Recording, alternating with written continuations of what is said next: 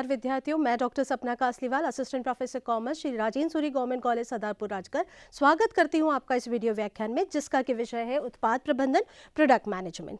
कल्पना कीजिए आप एक कंपनी के मैनेजर हैं और आपसे कंपनी बोलती है कि आपको एक नया प्रोडक्ट बाजार में लॉन्च करना है, या फिर आपसे कहा जाता है कि आपको एग्जिस्टिंग प्रोडक्ट मिक्स में कुछ चेंज करना है, या फिर आपसे कहा जाता है कि एक नई प्रोडक्ट लाइन आपको बाजार में लॉन्च करनी है। अब सवाल ये उठता है कि हम कैसे शुरू करें, कैसे हम प्रोडक्ट लाइन को चेंज करें, या कैसे हम एग्जिस्टिंग प्रोडक्ट लाइन में बदलाव लेके आए, प्रोडक्ट मिक्स को कैसे हम चेंज करें, या फिर हम अपने प्रोडक्ट को बाजार में कैसे अपने प्रतिस्पर्धियों के बीच स्थापित करें।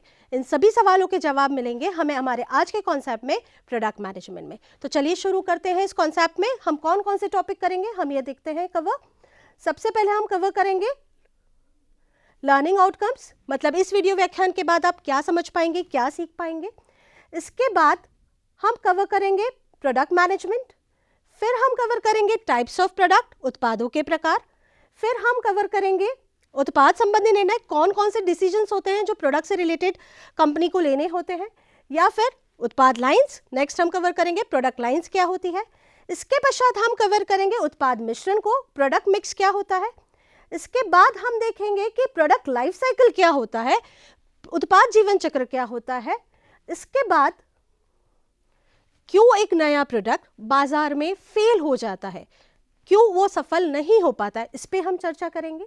लास्ट में एक क्विक रिकैप, एक सारांश काइंड ऑफ कि पूरे वीडियो व्याख्यान में हमने क्या देखा, क्या समझा, और इसके बाद हम कुछ प्रश्न असेसमेंट मूल्यांकन के तौर पे करेंगे, सो दैट हम ये जान पाए कि इस पूरे वीडियो व्याख्यान के माध्यम से हम कितना सीख पाए हैं। सबसे पहले बात करते हैं लर्निंग आउटकम्स की, कि इस वीडियो व्याख्यान के पश्चात आप क्या देख और समझ पाएंगे। आप समझ पाएंगे उपभोक्ता और औद्योगिक उत्पादों के प्रकार, कितने टाइप्स ऑफ कंज्यूमर और इंडस्ट्रियल गुड्स होते हैं और उनके क्या क्या कैरेक्टरिस्टिक फीचर्स होते हैं। आप जान पाएंगे कि उत्पाद जीवन चक्र जो है वो उसके अलग अलग चरण कौन से होते हैं और अलग अलग चरणों से रिलेटेड मार्केटिंग स्ट्रेटेजीज कौन सी होती है जो कंपनी अपनाती है। आप समझ पाएंगे कि उत्पाद लाइन और उत्पाद मिश्रण, इन दोनों की प्रक्रिया क्या होती है और ये दोनों किस तरह से कार्य करते हैं। और लास्ट में आप समझ पाएंगे उत्पाद प्रबंधन और व्यावसायिक निर्णय लेने में नवाचार की क्या भूमिका है, इसको आप समझ पाएंगे। आगे बढ़ते हैं, शुरू करते हैं। हम सबसे पहले हम समझेंगे कि मार्केटिंग क्या है, विपणन क्या है। मार्केटिंग की अगर हम एक शॉर्ट और क्रिस्प डेफिनेशन देखें तो हमें देखने को मिलती है the right product in the right place at the right time and at the right price. सही उत्पाद सही जगह पर, सही समय पर और सही कीमत पर। नहीं, आप इस जब डेफिनेशन को देखते हैं तो सबसे पहला वर्ड आपको क्या देखने को मिल रहा है, उत्पाद देखने को मिल रहा है, राइट। अगर उत्पाद है तो मार्केटिंग की बाकी चीजें होंगी। हम मार्केटिंग करेंगे किसकी, उत्पाद की करेंगे, राइट। तो मार्केटिंग हम उत्पाद की करेंगे तो सबसे पहले हमें समझना ये जरूरी है कि उत्पाद प्रबंधन किस तरह से किया जाता है, किस तरह से एक प्रोडक्ट को कंपनी मैनेज करती है। तो प्रोडक्ट मैनेजमेंट क्या होता है, सबसे पहले तो अगर हम समझें कि जो कंपनीज होती हैं वो प्रोडक्ट बनाती क्यों है, ताकि उपभोक्ता उसे खरीदे।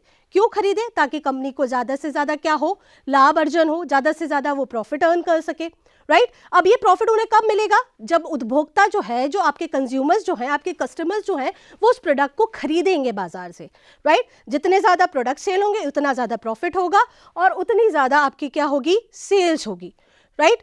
तो हम जो उत्पाद प्रबंधन है वो किसके लिए करते हैं, ताकि हमारा जो प्रोडक्ट है वो कंज्यूमर्स की मांग के अनुसार, उनकी आवश्यकता के अनुसार और उनकी पसंद के अनुसार हम बना सके, ताकि ज़्यादा से ज़्यादा जो प्रोडक्ट है वो हमारा मार्केट में सेल हो सके, राइट। तो उत्पाद प्रबंधन क्या है, वह प्रक्रिया है जिसमें किसी उत्पाद के पूरे जीवन काल को हम प्रबंधित करते हैं।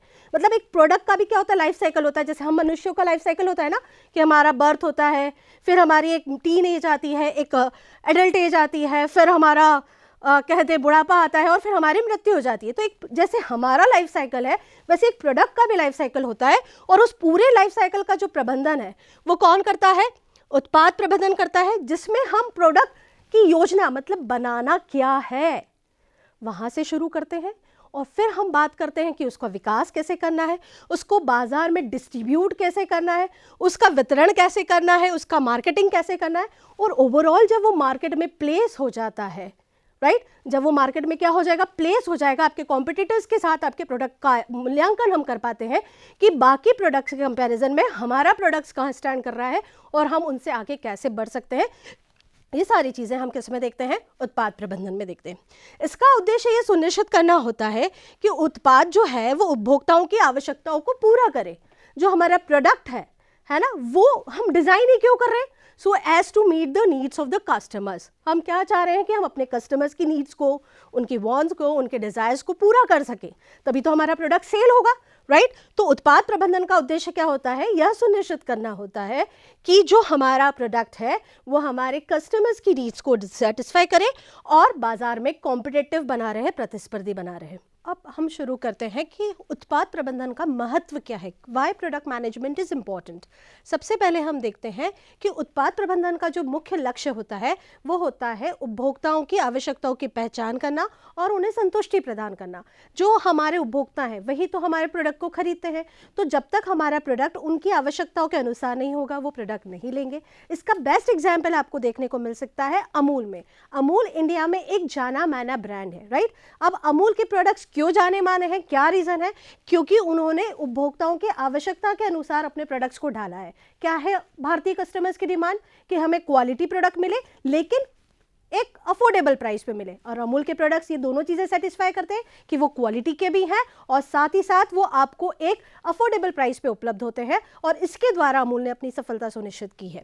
नेक्स्ट जो है वो है कि आपको जो प्रोडक्ट डेवलप करना है, जो उत्पाद मैनेजमेंट है वो क्या काम करता है कि इस तरह के प्रोडक्ट डेवलप करता है जो उपभोक्ता केंद्रित हो। उनकी डिजाइनिंग और डेवलपिंग किस तरफ से होता है, उपभोक्ता के हिसाब से होता है। Best example McDonald's. मैकडॉनल्ड्स क्या है, एक मल्टीनेशनल कंपनी है, वो भारत की नहीं है, उसने भारत में आकर व्यापार शुरू किया है, लेकिन उन्होंने भारत में सफल होने के लिए क्या स्ट्रेटेजी अपनाई कि अपने प्रोडक्ट्स को इस तरह से डिजाइन, इस तरह से डेवलप किया है कि वो भारतीय लोकल कस्टमर्स के हिसाब से अनुकूलित हो गए और मैकडॉनल्ड्स को सफलता मिल गई।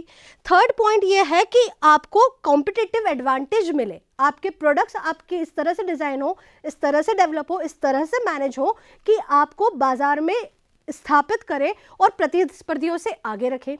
हम आईफोन देखते हैं, बहुत सारे स्मार्टफोन बाजार में उपलब्ध है, लेकिन आईफोन की अपनी जगह है, अपनी प्लेस है, उसका ब्रांड अलग है, उसका डिज़ाइन अलग है, उसका टच अलग है, उसकी टेक्नोलॉजी अलग है, और यही सारी चीज़ें क्या करती है, आईफोन को दूसरे फ़ोनों से अलग करती है। आगे बढ़ते हैं हम। नेक्स्ट इंपॉर्टेंट टास्क जो प्रोडक्ट मैनेजमेंट का है वो है इफेक्टिव मार्केटिंग एंड ब्रांडिंग। क्या करता है प्रोडक्ट मैनेजमेंट, आप टाटा के प्रोडक्ट्स को नाम दीजिए, टाटा का लोगो जहां आप किसी प्रोडक्ट पे देखते हैं तो आपके मन में क्या आता है, yes it is a good product, it is a quality product, ये एक अच्छा उत्पाद होगा ही होगा क्योंकि इसे किसने बनाया है, टाटा ने बनाया है। तो प्रोडक्ट मैनेजमेंट का काम है कि आपके प्रोडक्ट्स को इस तरह से डेवलप करना कि वो एक ब्रांड के तौर पे बाजार में स्थापित हो, और उनकी मार्केटिंग भी इस तरह से करना कि वो एक ब्रांड के रूप में उभरे। बेस्ट एग्जाम्पल टाटा जैसे मैंने अभी दिया। Next important task managing the product life cycle. क्या करता है उत्पाद मैनेजमेंट, क्या करता है, उत्पाद के जीवन चक्र को प्रबंधित करता है। हम मनुष्य हैं, हमारा भी एक जीवन चक्र है, हम जन्म लेते हैं और हमारी मृत्यु होती है, एक पूरा लाइफ साइकिल चलता है इसके बीच में। वैसे ही प्रोडक्ट भी बाजार में आता है और पूरे लाइफ साइकिल को कवर करते हुए कि डेवलप होना, बाजार में प्रतिस्पर्धी बनना, और अल्टीमेटली वो भी बाजार से क्या हो जाता है, बाहर हो जाता है। तो इस पूरे लाइफ साइकिल का जो प्रबंधन है वो किसके द्वारा किया जाता है, प्रोडक्ट मैनेजमेंट के द्वारा किया जाता है। And last point is innovation, है ना। प्रोडक्ट मैनेजमेंट किस पर ध्यान केंद्रित करता है, नवाचार पर। किस पर ध्यान केंद्रित करता है, उपभोक्ता अनुभव को बेहतर बनाने पर केंद्रित करता है। एग्जाम्पल के तौर पे आप देखेंगे कि आपके सामने अमेजन है, बहुत सारे ई कॉमर्स प्लेयर्स बाजार में है ना, मिंत्रा है, फ्लिपकार्ट है, और भी हम बहुत सारे एग्जाम्पल्स, मीशो है, देख सकते हैं। लेकिन ज़्यादातर लोग किससे खरीदी करना पसंद करते हैं, अमेजन से। क्यों, क्योंकि उन्होंने नवाचार किया। क्या नवाचार किया, उन्होंने स्पीडी डिलीवरी जो है वो नवाचार के रूप में दी, उन्होंने बेहतर रिटर्न पॉलिसी नवाचार के तौर पे दी, उन्होंने अमेजन पे लेटर जो है एक ऑप्शन दिया आपको कि आप अभी खरीदिए बाद में पे कीजिए, ये एक ऑप्शन के तौर पे दिया। तो क्या किया उन्होंने, गुणवत्ता प्रदान की, उन्होंने उपभोक्ता के अनुभव को, खरीदारी के अनुभव को क्या करा, बेहतर बनाया, इस तरह से अपने आप को बाजार में स्थापित किया। तो उपभोक्ता जो उत्पाद प्रबंधन है वो क्या करता है, सिर्फ प्रोडक्ट को निर्माण या बिक्री नहीं करता। ये कहाँ से शुरू होता है कि हमें बनाना क्या है, योजना से शुरू होकर कहाँ पर खत्म होता है, प्रोडक्ट को विकसित करने में, उसको बाजार में स्थापित करने में और अल्टीमेटली उसे प्रतिस्पर्धी बनाए रखने में क्या करता है, उत्पाद प्रबंधन हमारी मदद करता है। हम बार बार बात कर रहे हैं कि उत्पाद प्रबंधन, तो उत्पाद है क्या, है ना। उत्पाद क्या होता है, प्रोडक्ट क्या होता है। प्रोडक्ट जो है मार्केटिंग का मेन एलिमेंट है। हमने स्टार्टिंग में जब मार्केटिंग की डेफिनेशन देखी तो हमने क्या बोला था कि मार्केटिंग शुरू ही कहाँ से होती है, उत्पाद से शुरू होती है ना। उत्पाद होगा तो सही कीमत, सही समय पर, सही कस्टमर्स तक हम उन्हें पहुंचा पाएंगे। तो उत्पाद बेसिकली है क्या, anything that has been offered to the customers in order to satisfy their wants, needs और desire। जो भी चीज़ें हम कंपनी या जो भी उत्पाद अपने कस्टमर्स को ऑफर करती है ताकि वो उनकी नीड्स को, उनकी वांट्स को, उनकी इच्छाओं को, डिज़ायर्स को, आवश्यकताओं को पूरा कर सके, वो क्या होते हैं, प्रोडक्ट होते हैं। उत्पाद कोई भी वस्तु, सेवा या विचार भी हो सकता है जो उपभोक्ताओं की आवश्यकताओं या इच्छाओं को पूरा करता है। यह मूर्त भी हो सकता है, मतलब फिजिकली आप देख सकते हैं, जैसे कि आपके पेपर है, पेन है या फिर आपका फोन्स है, ये सब क्या है, टेंजिबल प्रोडक्ट्स है। और क्या हो सकते हैं, अमूर्त भी हो सकते हैं, जैसे कि बैंकिंग सर्विसेज जिसको हम सिर्फ महसूस कर सकते हैं, जिनको हम इनटेंजिबल सर्विसेज कहते हैं, इनटेंजिबल प्रोडक्ट्स कहते हैं, राइट। उपभोक्ता उत्पाद जो है हमारा वो कब प्रभावी होगा, है ना, जब हमारी जो प्रोडक्ट है वो हमारे कस्टमर्स की नीड और वांट्स को सेटिस्फाई करेगा। और मार्केटिंग के जो बाकी एलिमेंट है, कौन कौन से बाकी एलिमेंट है, मूल्य, स्थान और प्रचार, ये कब प्रभावी तौर पर काम करेंगे, जब हमारा प्रोडक्ट अच्छा होगा, क्योंकि प्रोडक्ट ही है जिस पर पूरी मार्केटिंग निर्भर करती है। तो प्रोडक्ट क्या हो सकता है, प्रोडक्ट कोई वस्तु, तो प्रोडक्ट होता क्या है, उत्पाद होता क्या है। उत्पाद कोई भी वस्तु हो सकती है, जैसे कि कलम है, किताब है, कच्ची सामग्री है, ये सारी चीज़ें क्या है जिसको हम देख सकते हैं, महसूस कर सकते हैं, फिजिकल रूप में है, तो वस्तुएं हमारी क्या होती है, प्रोडक्ट होती है। लेकिन प्रोडक्ट कोई विचार भी हो सकता है, जैसे कि आपके ट्रैफिक समाधान है, जैसे कि आपके चिकित्सा प्रतिलेखन है, ये भी क्या है, प्रोडक्ट्स हैं। सेवाएं भी प्रोडक्ट्स हो सकती है, जैसे कि परिवहन सेवा, पर्यटन सेवा, चिकित्सा सेवा, ये सब भी क्या है, प्रोडक्ट्स है, इन्हें भी ब्रांड किया जाता है। संगठन भी प्रोडक्ट्स होते हैं।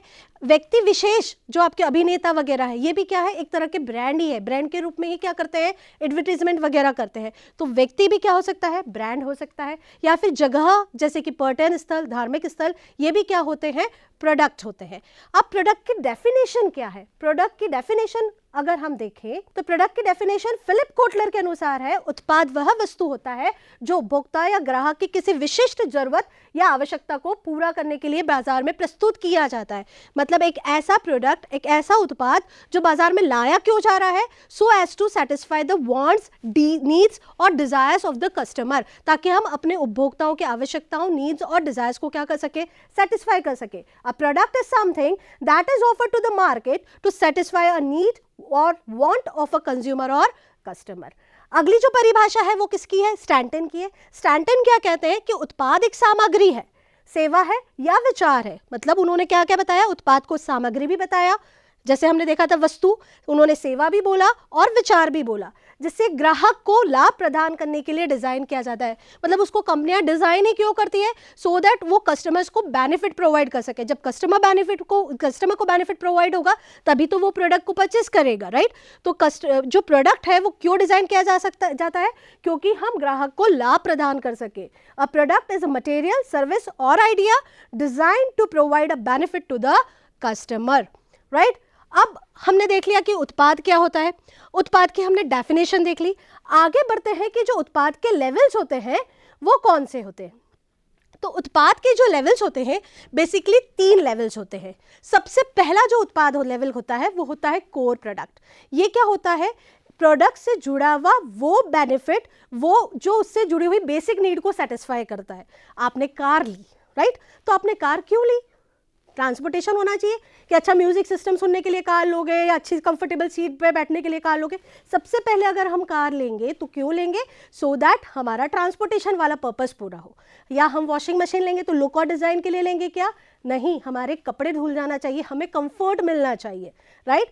तो प्रोडक्ट का वो बेसिक बेनिफिट जो उससे जुड़ी हुई बेसिक नीड को पूरा करता है वो क्या होता है, कोर प्रोडक्ट होता है। अब जब इस कोर प्रोडक्ट में कुछ एडिशनल बेनिफिट्स हमें मिलते हैं तो वो क्या बन जाता है, एक्चुअल प्रोडक्ट बन जाता है, वास्तविक उत्पाद बन जाता है।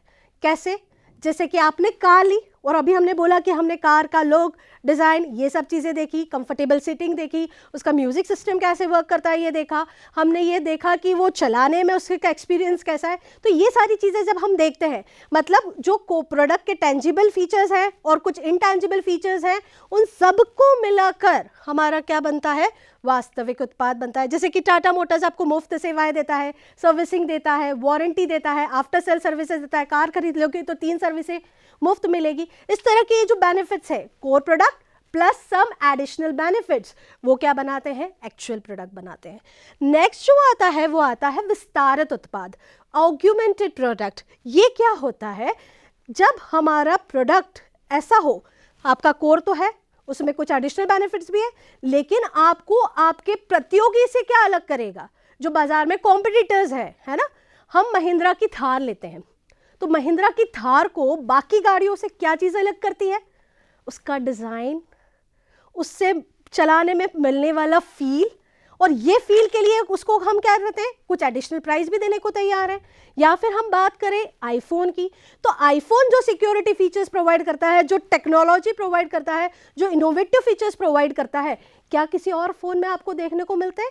तो ये जो टेक्नोलॉजी है, ये जो इनोवेशन है, या जो उसके कुछ एडिशनल फीचर्स हैं, जो उसको बाकी कॉम्पिटिटिव प्रोडक्ट से क्या करते हैं, अलग करते हैं, उसको डिफ्रेंशिएट करते हैं और उसको एक एडिशनल बेनिफिट देते हैं, वो क्या होते हैं, ऑग्यूमेंटेड प्रोडक्ट। कस्टमर्स को उनकी उम्मीद से परे जब कंपनी डिलीवर करती है तो वो हो जाता है ऑग्यूमेंटेड प्रोडक्ट, विस्तारित प्रोडक्ट। तो प्रोडक्ट के लेवल्स कितने हुए, 3 लेवल्स हुए, actual product, core product, basic benefit जिसको हम कहते हैं। बेसिक में जब कुछ एडिशनल फीचर्स मिल जाएंगे तो वो क्या बन जाएगा, एक्चुअल प्रोडक्ट। और इस एक्चुअल प्रोडक्ट में जब उम्मीदों से परे कुछ और एडिशनल बेनिफिट्स हमें मिलने लगेंगे, कुछ ऐसी चीज़ें मिलने लगेगी जिसकी हमने उम्मीद ही नहीं की थी, तो वो क्या बन जाएगा, ऑग्यूमेंटेड प्रोडक्ट बन जाएगा। नेक्स्ट हम बात करते हैं कि टाइप्स ऑफ प्रोडक्ट क्या होते हैं, कितने प्रकार के होते हैं। वैसे तो बहुत सारे प्रकार के होते हैं प्रोडक्ट्स, लेकिन हम यहाँ पर उपयोग के आधार पर प्रोडक्ट्स का विभाजन करेंगे। और उपयोग के आधार पर प्रोडक्ट्स जो होते हैं वो बेसिकली 2 प्रकार के होते हैं। कौन से 2 प्रकार, कंज्यूमर प्रोडक्ट और इंडस्ट्रियल प्रोडक्ट। इस पर्टिकुलर साइड में हम बात कर रहे हैं कंज्यूमर प्रोडक्ट्स के बारे में। कंज्यूमर प्रोडक्ट्स मीन्स व्हाट, नाम से ही समझ में आ रहा है, उपभोक्ता उत्पाद, मतलब ऐसे उत्पाद जो किसके लिए बनाए गए हैं, उपभोक्ताओं के लिए बनाए गए हैं, राइट। जिनको कंज्यूम कौन करने वाला है, उपभोक्ता करने वाला है। तो ऐसे प्रोडक्ट्स जो कंज्यूमर्स के लिए बनाए गए हैं वो होते हैं कंज्यूमर प्रोडक्ट्स। अब इसमें भी कितने प्रकार का डिवीजन हमें देखने को मिल रहा है, 4 प्रकार का। कौन सा, सबसे पहला सुविधा उत्पाद, कन्वीनियंस प्रोडक्ट, खोज उत्पाद, शॉपिंग गुड्स, विशेषता उत्पाद, स्पेशलिटी गुड्स, और बिन चाहा उत्पाद, अनसॉर्ट गुड्स, राइट। अब अगर हम बात करें कि सबसे पहले जो होते हैं कन्वीनियंस गुड्स, वो कौन से होते हैं, नाम ही क्या है, सुविधा उत्पाद। आप इनको कैसे खरीदेंगे, सुविधा के हिसाब से खरीदेंगे। कैसे खरीदेंगे, फ्रीक्वेंटली करेंगे। कैसे खरीदेंगे, बिना प्लानिंग के खरीदेंगे, राइट। तो ऐसे प्रोडक्ट्स जो बिना प्लानिंग के फ्रीक्वेंटली, बिना दिमाग ज़्यादा लगाए खरीदे जाते हैं, है ना, वो क्या होते हैं, सुविधा उत्पाद होते हैं। फिर आता है हमारा जितने भी सोप्स हैं, जितने भी शैम्पूज़ हैं, जितने भी आपके कोल्ड ड्रिंक्स हैं, ये सारी चीज़ें क्या आती है, कन्वीनियंस गुड्स में आती है, सुविधा सामान में आती है। और इसमें FMCG, अगर हम शॉर्ट में बोले तो कौन से प्रोडक्ट्स आते हैं, FMCG प्रोडक्ट्स जो होते हैं वो सुविधा उत्पाद की श्रेणी में होते हैं। फास्ट मूविंग कंज्यूमर गुड्स, मतलब ऐसे कंज्यूमर गुड्स जो फास्ट मूव करते हैं, फ्रीक्वेंटली परचेज किए जाते हैं, वो सारे क्या होते हैं, सुविधा उत्पाद होते हैं। नेक्स्ट आता है शॉपिंग गुड्स। सुविधा उत्पाद की तुलना में जो प्रोडक्ट्स प्लानिंग के साथ, कंपैरिजन के साथ खरीदे जाते हैं, वो क्या होते हैं, खोज उत्पाद होते हैं, शॉपिंग गुड्स होते हैं। इसको खरीदते वक्त हम क्वालिटी, प्राइस और स्टाइल पे थोड़ा बहुत विचार करते हैं, थोड़ी तुलना करते हैं, और उसी के बाद हम एक प्रोडक्ट को खरीदते हैं। एग्जाम्पल के तौर पे देखते हैं कि हम अगर घर का फर्नीचर लेने गए, एक छोटी सी हम डाइनिंग टेबल लेने जाते हैं, तो हम डाइनिंग टेबल जब बाजार में लेने जाते हैं तो हम देखते हैं कैसी डाइनिंग टेबल लेनी है, हमारे पास कितनी बड़ी स्पेस उपलब्ध है, और उस कितना साइज़ का लेना है, फिर हमें किस तरह का लेना है, हमें प्लास्टिक की लेनी है, हमें वुडन की लेनी है, हमें आयरन की लेनी है, किस प्रकार की लेनी है, किस रेंज तक की लेनी है। तो क्वालिटी, प्राइस, स्टाइल, हम सब पे जब तुलना करके किसी प्रोडक्ट को खरीदते हैं तो वो क्या हो जाता है, शॉपिंग गुड्स हो जाता है। हमारे जो ड्रेसेस हैं हम जो परचेस करते हैं, हमारी जो लाइट वेट ज्वेलरीज हैं, जो पर्सेस हैं बिना ब्रांड वाले, वो सभी किस में आते हैं, शॉपिंग गुड्स में आते हैं। नेक्स्ट हम बात करते हैं किसकी, कन्वीनियंस स्पेशलिटी गुड्स की। स्पेशलिटी गुड्स क्या होते हैं, विशेषता उत्पाद। ये ब्रांड सेंसिटिव होते हैं। ब्रांड सेंसिटिव का मतलब इसमें लोगों को अपना स्टेटस सिंबल दिखता है इन प्रोडक्ट्स में, और विशेषकर वो पर्टिकुलर ब्रांड के प्रति क्या रहते हैं, ज़्यादा आकर्षित रहते हैं। ऑब्वियसली जब ये ब्रांड के होंगे तो क्या होंगे, महंगे होंगे, चुनिंदा स्टोर्स पे उपलब्ध होते हैं, आसानी से उपलब्ध नहीं होते हैं। और जब जो लोग हैं वो इनको खरीदते हैं, मतलब इनका अगर प्राइस भी थोड़ा बहुत ऊपर नीचे हो जाए तो इसकी मांग में, इसकी डिमांड में बहुत ज़्यादा आपको परिवर्तन देखने को नहीं मिलता है ना। ये स्टेटस सिंबल के तौर पर रिकॉग्नाइज किए जाते हैं, जैसे ग्यूची का बैग हो गया, या फिर फेरारी कार्स हो गई, या फिर महंगी घड़ियाँ हो गई हमारी। ये सब किस में आते हैं, स्पेशलिटी गुड्स में आते हैं। नेक्स्ट जो आता है वो आता है बिन चाहा उत्पाद। नाम ही कैसा है इसका, बिन चाहा, अनसॉट। क्यों अनसॉट है, क्योंकि लोग इसे ज़्यादातर खरीदते नहीं हैं, खरीदने के बारे में सोचते भी नहीं है, है ना। जब तक कि कोई उन्हें बताए ना, या उन्हें इसकी ज़रूरत ना आन पड़े, है ना। ज़्यादातर इनकी बिक्री जो है वो किस तरह से की जाती है, सूचनात्मक विज्ञापनों के द्वारा की जाती है, इंफॉर्मेटिव एडवर्टीजमेंट्स बनते हैं, या फिर जो पर्सनल सेलिंग होती है ना, सेल्समैन के जरिए, उसके जरिए इन प्रोडक्ट्स को बेचा जाता है। एग्जाम्पल्स क्या हुए इसके, इंश्योरेंस पॉलिसी हो गई। एकदम से हम सोचते हैं कि इंश्योरेंस पॉलिसी लेने का, कोई व्यक्ति आता है, एजेंट आता है, इंश्योरेंस एजेंट, वो हमें कुछ फीचर्स बताता है, तब हम सोचते हैं कि हाँ हमें भी इस प्रोडक्ट की ज़रूरत हो सकती है। या फिर अंतिम संस्कार सेवाएं हैं, कब ली जाती हैं, जब ज़रूरत पड़ती है तभी ली जाती है, राइट। तो बिन चाहा उत्पाद मतलब जो लोग सोचते नहीं है खरीदने के लिए, पर कब खरीदते हैं, जब या तो इन्हें ज़रूरत आन पड़ती है या कोई इन्हें आकर इनके बारे में बताता है।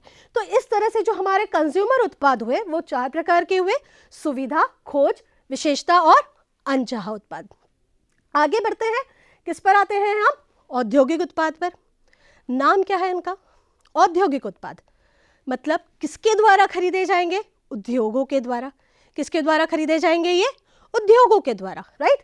तो ऐसे प्रोडक्ट्स जो इंडस्ट्रीज के द्वारा खरीदे जाते हैं, so as to make finish product, वो क्या होते हैं, इंडस्ट्रियल प्रोडक्ट्स होते हैं। इसमें 3 विभाजन आपको देखने को मिलेंगे। सबसे पहला विभाजन है हमारा रॉ मटेरियल का, कच्चा माल का। कच्चा माल मतलब वो माल जो हमारे फिनिश प्रोडक्ट्स बनाने के काम आता है। They are used as input. हम इनको किसके तौर पे यूज करते हैं, इनपुट के तौर पे यूज करते हैं। जैसे हम शर्ट बना रहे हैं, राइट, तो शर्ट में हमारा कच्चा माल क्या होगा, कपड़ा होगा, धागा होगा, राइट, बटन्स होंगे। ये सब चीजें मिलके क्या बनती है, हमारी शर्ट बनती है। तो रॉ मटेरियल मतलब वो प्रोडक्ट्स जिसके द्वारा हम क्या बनाते हैं, एक फिनिश प्रोडक्ट को बनाते हैं। नेक्स्ट आता है उपकरण और पूंजीगत वस्तुएं, मतलब कैपिटल गुड्स। नाम क्या है, कैपिटल गुड्स, मतलब ये लॉन्ग टर्म प्रोडक्ट्स हैं जो प्रोडक्शन प्रक्रिया को क्या करते हैं, फैसिलिटेट करते हैं, उसको सुचारू रूप से चलाने में मदद करते हैं। आप अगर कोई माल बना रहे हैं तो आपको बिल्डिंग चाहिए, आपको उससे संबंधित मशीनरीज चाहिए, आपको उससे संबंधित कुछ इक्विपमेंट्स चाहिए, कुछ व्हीकल्स चाहिए उसके डिस्ट्रीब्यूशन प्रक्रिया को करने के लिए। तो ये सारे कैपिटल गुड्स हैं, मतलब लॉन्ग टर्म प्रोडक्ट है, कंपनियां इन्हें बार बार नहीं खरीदती, और ये किस में मदद करते हैं, प्रोडक्शन प्रोसेस को फैसिलिटेट करने में मदद करते हैं। तो ये सब क्या होते हैं, कैपिटल गुड्स होते हैं। और लास्ट आते हैं हमारी सहायक वस्तुएं, सप्लाईज एंड सर्विसेज, जैसे कि लुब्रिकेंट हो गया, आपकी मेंटेनेंस सेवाएं हो गई, है ना। ये क्या करते हैं, आपके प्रोडक्शन प्रोसेस जो चलती रहती है उसमें आपको कभी कभी लुब्रिकेंट्स की जरूरत करती है, कभी कभी आपको मेंटेनेंस की जरूरत आन पड़ती है। तो ये सारी सेवाएं भी जरूरी है, क्योंकि इसके बिना भी क्या होगा, आपका प्रोडक्शन प्रोसेस रुक जाएगा।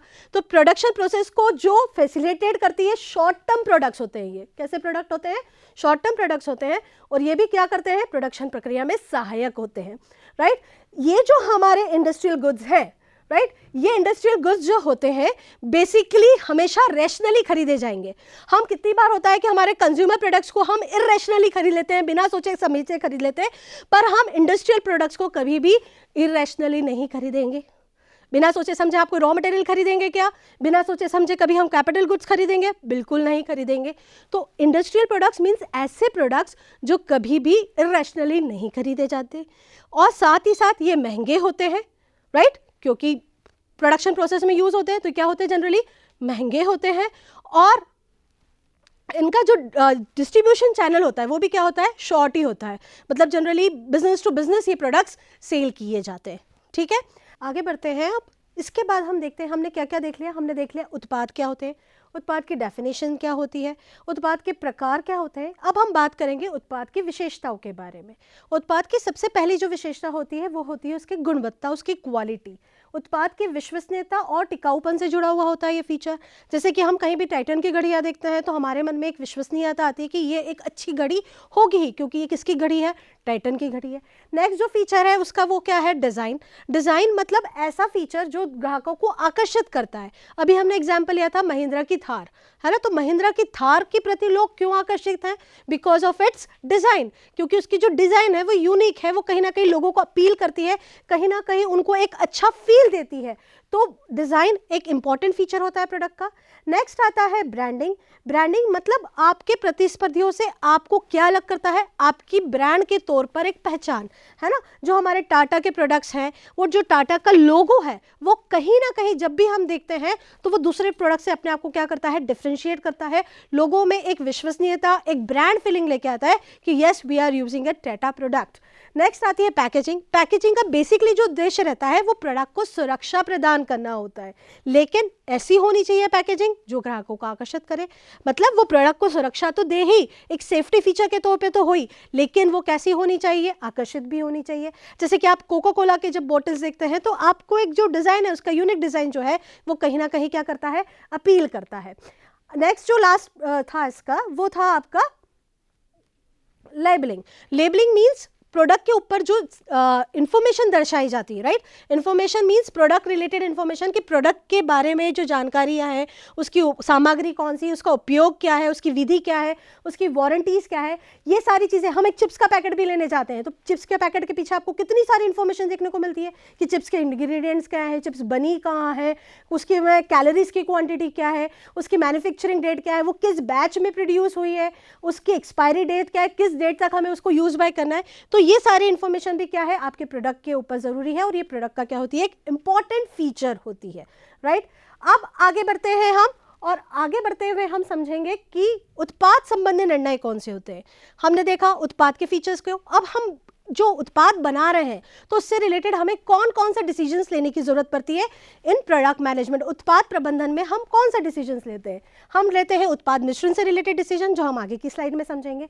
हम लेते हैं उत्पाद लाइन से रिलेटेड डिसीजन, उत्पाद जीवन चक्र से रिलेटेड डिसीजन, उत्पाद योजना, उत्पाद विकास, और उत्पाद की ब्रांडिंग और पैकेजिंग से रिलेटेड डिसीजंस। ये छह डिसीजंस किसका पार्ट है, प्रोडक्ट मैनेजमेंट का पार्ट है।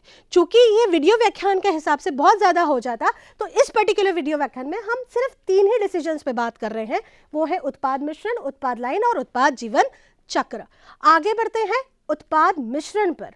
उत्पाद मिश्रण होता क्या है, number of product a seller is offering to its customers। जितने नंबर ऑफ प्रोडक्ट जो है एक सेलर अपने कस्टमर्स को बेचने के लिए ऑफर करता है, वो क्या होता है, उसका उत्पाद मिश्रण होता है। फिर से मैं एग्जांपल लूंगी टाटा कंपनी का। आप टाटा के अलग अलग सेगमेंट्स में क्या देखते हैं, अलग अलग प्रोडक्ट्स को देखते हैं। कैसे, जैसे कि अगर हम बात करें कि टाटा का अगर फूड एंड बेवरेजेस श्रेणी में हम जाएं तो कौन कौन से प्रोडक्ट हैं, टाटा टी है, टाटा सॉल्ट है, टाटा के संपन्न के मसाले हैं। अगर हम जाएं कि आईटी सेक्टर में टाटा कहाँ है, तो टाटा कंसल्टेंसी सर्विसेज हमें देखने को मिलती है। हम ऑटोमोबाइल सेक्टर में जाएं तो लैंड रोवर, जैगुआर जैसे ब्रांड भी किसके हैं, टाटा के हैं। अगर हम कंज्यूमर सेगमेंट में जाएं तो वोल्टास, क्रोमा, ये ब्रांड भी किसके हैं, टाटा के हैं। तो टाटा कंपनी क्या है, एक है, लेकिन वो कितने नंबर ऑफ प्रोडक्ट्स क्या कर रही है, अपने कस्टमर्स को ऑफर कर रही है।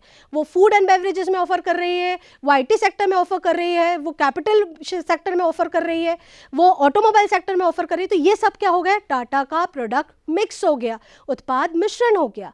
एक और एग्जाम्पल हम लेते हैं एलआईसी का। आप एलआईसी की पॉलिसीज देखते हैं, लाइफ इंश्योरेंस की पॉलिसीज। आप LIC की पॉलिसीज भी कैसी है, अलग अलग नीड्स को डिससेटिस्फाई करने के लिए अलग अलग तरह की पॉलिसीज LIC ऑफर करती है। जिसको लाइफ इंश्योरेंस चाहिए उसके लिए लाइफ इंश्योरेंस है, जिसको रिटायरमेंट प्लान चाहिए उनके लिए रिटायरमेंट प्लान है, जिनको बच्चों के भविष्य को सिक्योर करना है उनके लिए उस तरह की पॉलिसीज है। तो to satisfy the diverse needs of the customers की डाइवर्स नीड्स को सेटिस्फाई करने के लिए LIC क्या करती है, अलग अलग प्रोडक्ट्स ऑफर करती है, और यही क्या है, LIC का प्रोडक्ट मिक्स है। अगर हम डेफिनेशन की बात करें तो according to William J Stanton, product mix is the set of companies product and services that satisfy the diverse needs of the customer. जैसे हमने बात करी कि कंपनी के वो प्रोडक्ट्स एंड सर्विसेज जो कस्टमर अलग अलग कस्टमर्स की अलग अलग नीड्स को क्या करते हैं, सेटिस्फाई करते हैं, राइट। उत्पाद मिश्रण को उत्पाद पोर्टफोलियो भी कहा जाता है। जैसे हमारे अगर हम शेयर स्टॉक मार्केट में डील करते हैं तो बहुत से लोग आपसे पूछते हैं कि आपके पोर्टफोलियो में कितने शेयर्स हैं, पोर्टफोलियो में कितने शेयर्स हैं, मतलब कितनी अलग अलग कंपनीज के शेयर्स आपने ले रखे हैं। तो वैसे उत्पाद पोर्टफोलियो भी कहा जाता है उत्पाद मिश्रण को, कि कितने अलग अलग प्रोडक्ट्स कंपनी ऑफर करती है। किसी विशेष संगठन द्वारा बिक्री के लिए पेश किए जाने वाली विभिन्न उत्पाद लाइनों वाले सभी उत्पादों की सूची। यहाँ जो एक इंपॉर्टेंट टर्म आ रहा है वो आ रहा है उत्पाद लाइन। अब ये उत्पाद लाइन क्या होती है, क्योंकि अगर हमें प्रोडक्ट मिक्स को समझना है, उसको गहराई से समझना है, तो हमें किसको समझना होगा, प्रोडक्ट लाइन को समझना होगा। तो हम प्रोडक्ट मिक्स को आगे बढ़ने से पहले समझेंगे कि प्रोडक्ट लाइन्स क्या होती है। प्रोडक्ट लाइन क्या होती है, एक ही ब्रांड या एक ही श्रेणी के अंतर्गत प्रस्तुत किए गए विभिन्न जो संबंधित उत्पाद होते हैं उनका जो समूह होता है वो क्या होती है, प्रोडक्ट लाइंस होती है। क्या बोला मैंने, एक ही ब्रांड या एक ही श्रेणी के अंतर्गत प्रस्तुत किए गए संबंधित उत्पादों का समूह, मतलब ऐसा ग्रुप ऑफ प्रोडक्ट्स जो एक ही ब्रांड और एक ही ग्रुप के अंतर्गत कस्टमर्स को ऑफर किए जा रहे हैं to for selling purpose, right. Example हम लेते हैं एप्पल कंपनी का। एप्पल कंपनी कि आपको टेक्नोलॉजी के क्षेत्र में बहुत सारे अलग अलग उत्पाद देखने को मिलते हैं, अलग अलग उत्पाद श्रृंखलाएं देखने को मिलती है। कैसे, उनका आईफोन है, उनकी मैकबुक है, उनका ईयरपॉड्स है और उनके आईपैड्स भी हैं। तो ये जो चारों उत्पाद है ये अलग अलग उत्पाद लाइनें हैं जो अलग अलग कस्टमर्स की नीड को क्या करती है, सेटिस्फाई करती है, राइट। तो लेकिन अगर हम बात करें कि भले ही ये चारों अलग अलग प्रोडक्ट्स हैं जो अलग अलग कस्टमर्स के लिए बनाए गए हैं, पर उन सभी में कॉमन क्या है, एप्पल का टेक्नोलॉजी, एप्पल का इनोवेशन वाला फीचर, एप्पल का जो डिफ्रेंशिएट करता है दूसरे कॉम्पिटिटर से कि उसकी जो इनोवेटिव तकनीकें रहती हैं वो सारे फीचर्स उसको क्या करते हैं, दूसरों से अलग करते हैं। तो ये जो प्रोडक्ट्स हुए ये क्या हो गई, एप्पल की प्रोडक्ट लाइंस हो गई। तो प्रोडक्ट लाइंस क्यों ज़रूरी है, ताकि हम बाजार को विभक्त कर सके। जो मार्केट है हमारा उसको सेगमेंट करने की बहुत ज़रूरत है। हम एक साथ सारे कस्टमर्स को अप्रोच नहीं कर सकते, हमें बाजार को क्या करना होगा, अलग अलग सेगमेंट्स में डिवाइड करना रहेगा। और ये हम किसके ज़रिए कर सकते हैं, अपनी प्रोडक्ट लाइन के ज़रिए कर सकते हैं। हम अलग अलग कस्टमर्स को लक्षित कर सकते हैं, अलग अलग कस्टमर्स तक अपनी पहुँच बना सकते हैं। अगर उसे आईपैड चाहिए तो हमने आईपैड दे दिया, उसे आईफोन चाहिए तो आईफोन मिल गया, और उसे अगर मैकबुक चाहिए तो मैकबुक भी उपलब्ध है। तो आप क्या कर रहे हैं, अलग अलग कस्टमर्स को अप्रोच कर रहे हैं, और इसका फायदा कंपनी को क्या होता है, वाइड मार्केट कवरेज के रूप में होता है। उसको एक बड़ा बाजार मिलता है कवर करने के लिए, और ऑब्वियसली जब ज़्यादा बाजार होगा, ज़्यादा कस्टमर्स होंगे तो कंपनी को प्रॉफिट भी क्या होगा, ज़्यादा होगा। तो उन सभी उत्पादों का समूह जो समान विशेषताओं, उपयोगों, उपभोक्ता वर्ग या वितरण चैनलों पर आधारित होते हैं, वो सब उत्पाद जो होते हैं वो प्रोडक्ट लाइन के अंतर्गत आते हैं, राइट। प्रोडक्ट लाइन क्या हो सकती है, रिलेटेड भी हो सकती है और अनरिलेटेड भी हो सकती है ना। कैसी हो सकती है प्रोडक्ट लाइन, रिलेटेड भी हो सकती है और अनरिलेटेड भी हो सकती है। रिलेटेड प्रोडक्ट लाइंस मींस जैसे हमने एप्पल का एग्जांपल देखा तो उनकी जो प्रोडक्ट लाइन है वो रिलेटेड प्रोडक्ट लाइन है, सारे टेक्नोलॉजी एंड इनोवेशन पे आधारित प्रोडक्ट्स हैं उनके। या फिर आप लक्स का साबुन देखिए, लक्स का बॉडी वॉश देखिए, तो लक्स भी बॉडी केयर से रिलेटेड प्रोडक्ट्स बनाते, राइट। तो लक्स की प्रोडक्ट लाइन कैसी हो गई, रिलेटेड हो गई। लेकिन अगर हम टाटा की बात करें तो टाटा की प्रोडक्ट लाइन कैसी है, अनरिलेटेड है। टाटा नमक भी बेच रहा है और टाटा गाड़ियां भी बेच रहा है, टाटा आईटी सेक्टर में भी है और टाटा म्यूचुअल फंड्स में भी है। तो टाटा की प्रोडक्ट लाइन कैसी है, अनरिलेटेड है, ठीक है।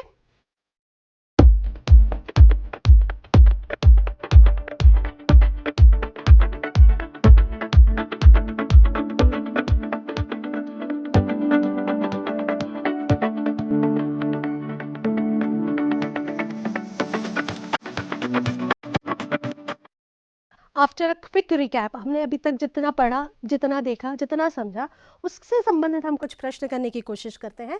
पहला प्रश्न है, उत्पाद प्रबंधन का उद्देश्य क्या है?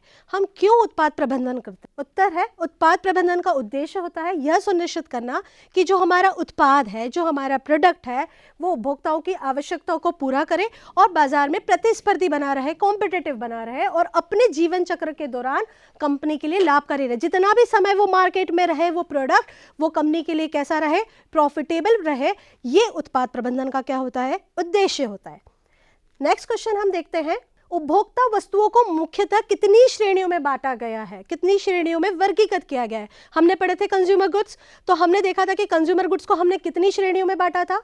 क्या हमने उन्हें 2 श्रेणियों में बांटा था, 3 में, 4 में, या फिर हमने उन्हें 5 श्रेणियों में बांटा था? उत्तर क्या है, उपभोक्ता उत्पाद जो होते हैं बेसिकली 4 प्रकार के होते हैं। कौन कौन से होते हैं वो? Convenience goods, shopping goods, speciality goods और अनसॉर्ट गुड्स।